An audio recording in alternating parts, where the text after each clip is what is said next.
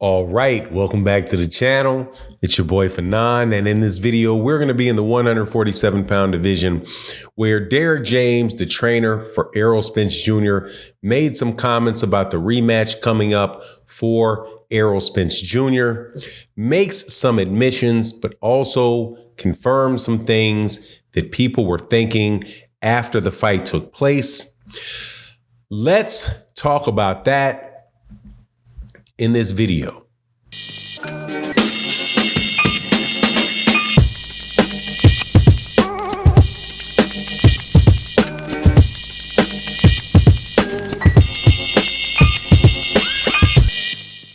All right, welcome back to the channel. It's your boy Fanon, and in this video, we're going to talk about something that is going to be taken the wrong way by probably everybody involved, and that is what Derek James had to say about the Errol Spence Terence Crawford fight leading into the next one that's going to be taking place at 154 pounds. He says something that confirms what many people thought and also says something else that confirms what many people thought. But you know how it goes in this boxing conversation type of stuff thing. I have a suspicion will and are already just looking at how one side is an excuse for the other side. But before I get into it, let me welcome you back to the channel. If you are new to the channel, please accept my invitation to hit the subscribe button, hit the bell icon so we can be notified so that you can be notified of when we release more videos. And if you are a longtime subscriber and supporter of the channel, thank you so much for your continued support. Thank you for chopping it up with me about these boxing topics. We're staying on this 147-pound topic because honestly, man, it's a fun conversation for me to have. Some of it gets under certain people's skin, but it is what it is, man. I like both of these fighters, despite popular rumors to the contrary. I like Errol Spence Jr. as a fighter a lot. I like Terence Crawford as a fighter a lot. And they're just very, very engaging situation. And you see so many things that are endemic in the sport of boxing demonstrated or displayed in the relationship between these two fights and all of the different things that have taken place. So it's just been one big school of business and talent and skill. I've enjoyed the entire thing. So until it's done, I'm going to cover this topic for my own personal pleasure. So what happened? Let me tell you, Derek James gave an interview. And in an interview, he was asked about the fight coming up with Errol Spence, and he had confirmed that the fight is going to be at 154 pounds. And he said that at 154 pounds, Errol Spence Jr. is not going to be drained. He's not going to be weak. He's going to be stronger in the fight. Now, that's one thing he said. He also said that he didn't believe that him being drained was the reason that he lost the fight, that he had to give it to Terence Crawford and his team. They came up with a great game plan, right? So you had a bunch of people jumping out there saying that Derek James said that Errol Spence Jr. was not weight drained. No, that's not what he said. That's not how I took it anyway. He said that that's not the reason, but it not being the reason doesn't mean it's true, right? It doesn't mean, or it not being the reason it doesn't mean that he wasn't weight drained. It just means that he's crediting it to something else, which I would expect him to do because, hey, man, what he said was true. Terence Crawford had a great game plan. Terence Crawford's team was very, very prepared for Errol Spence and knew exactly what they wanted to do with Errol Spence, right? And they were able to do it.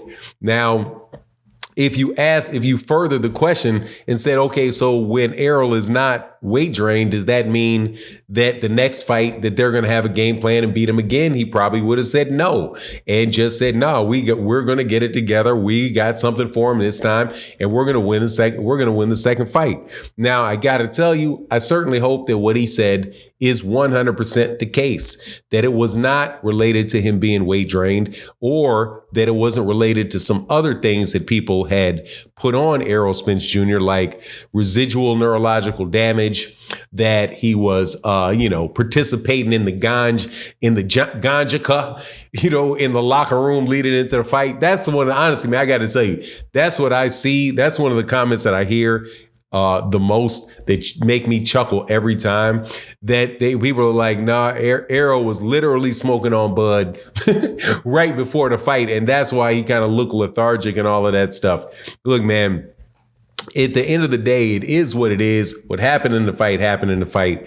I think both these guys are excellent fighters, very, very good for the sport of boxing. The whole event was good for the sport of boxing. And I'm looking forward to, and I know I vacillate. I'm actually looking forward to the next fight in February. I'm just hoping that it is a better fight, and that the reason that Errol Spence Jr. didn't perform well had something to do with him physically not being up to snuff. However, that him physically not being up to snuff is related to the weight and not related to the car accident or all of that. Now, one thing we are going to know about Errol Spence Jr. is Errol Spence Jr. in this fight will not be coming off of a long layoff, right?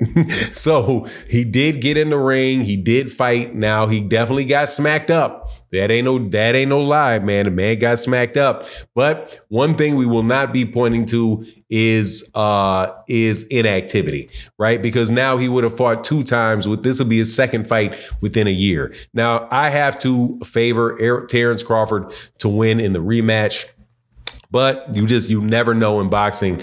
One other thing I got to say about Derrick James, man, is that one of the videos that I've done that I felt like I really didn't want to do, but I'm glad that I did them, were the videos about people saying that Derrick James was going to be fired by Errol Spence, that he was fired by Ryan Garcia, that he was fired by Anthony Joshua, and all of the stuff that went on around Derrick James, and the criticism that Derrick James had for fights, not just the fights that his fighters lost, but also fights that his fighters won.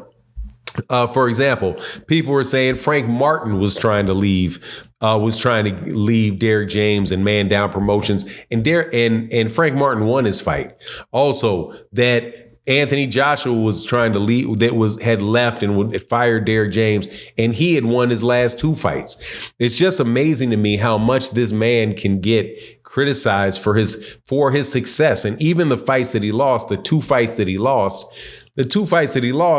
both his fighters were underdogs in both of those fights. So even holding something against him for the fights that he won, to me, is just doesn't make any sense. But anyway, we'll see what happens in the next fight.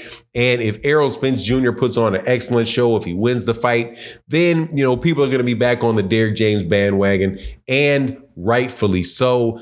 Plus, this would not be the first time that Derrick James has prepared for a rematch, and his fighters did much better in the rematch. That has happened 2 times with Jermell Charlo, one against Tony Harrison, where he won the rematch against Tony Harrison. And then the second one is when he won the rematch against Brian Castano after the draw that he got. But anyway, it's my take on the matter. Please let me know what you think in the comment section. And with that, I'm out. Peace.